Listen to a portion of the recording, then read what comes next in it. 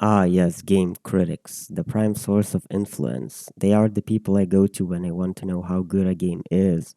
I can always trust an honest, mainstream game review site like IGN or GameSpot.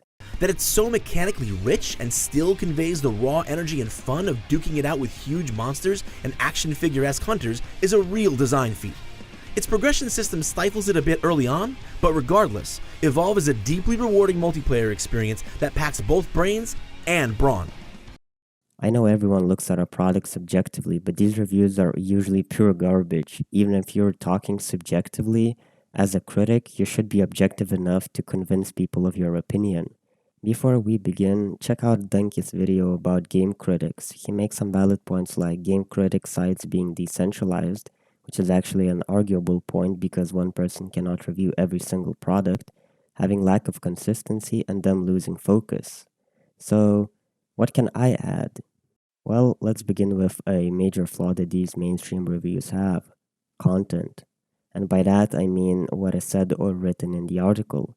Of course, here my opinion may differ from yours, but hear me out. I had a great literature teacher who taught me not to put useless information in my essays. There's no necessity to overcomplicate your message because all those excess words become background noise. The point should be as short as possible, but long and detailed enough for the audience to understand. That is what game critics don't understand and what my main problem with them is. Pull up this review, for example: 2,816 words for a simple, basically DLC game.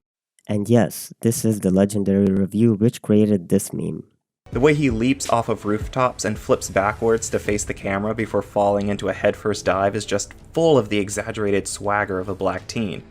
I know it's not necessarily a bad thing for a review to be long, but I'll try to convince you why that is in this case. The beginning is good. It establishes how similar Spider Man Miles Morales is to the original. Then comes the gameplay and the story, which is what I would do. However, what the hell is happening in these paragraphs? How the game begins?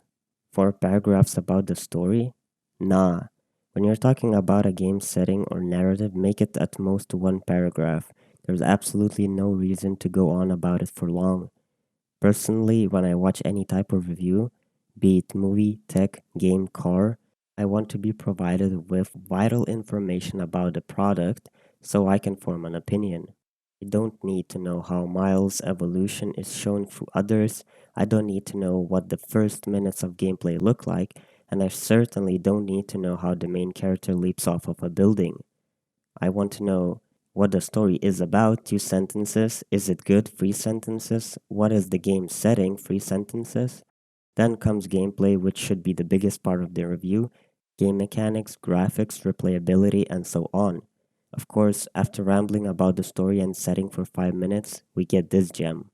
When Miles begins swinging, the orchestral score grows louder, but there's a nice synthetic hip hop undercurrent to the whole thing. The music isn't as bombastic as that heard in 2018's Spider-Man.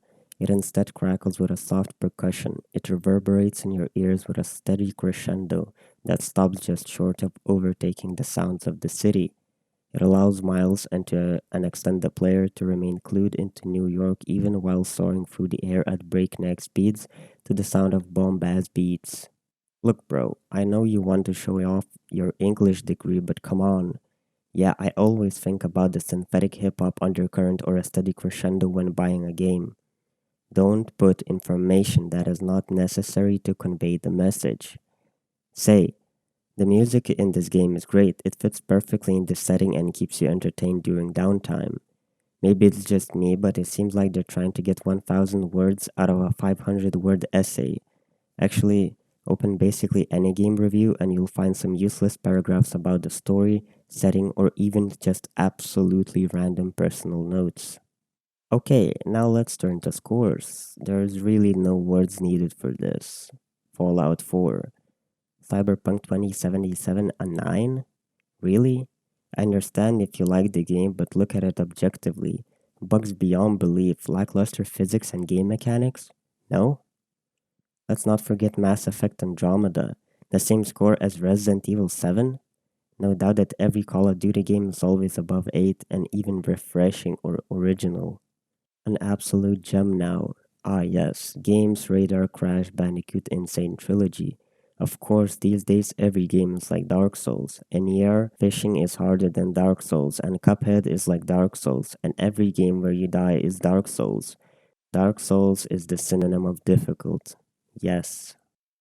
My argument about the content of the review is purely subjective. It's just that I want information presented short and sweet without having to dig it out of the whole review and piece it together to get what's essential. Imagine it like this. You're watching a phone review. Do you want to know how scrolling through menus feels like, or what every setting does, what the default background is, or what is the accent color of the OS? At least I don't. I want to know what the specs are. What are the good and bad aspects of the phone? Is the camera good? Is the phone fast? Is the screen bright? Essential information.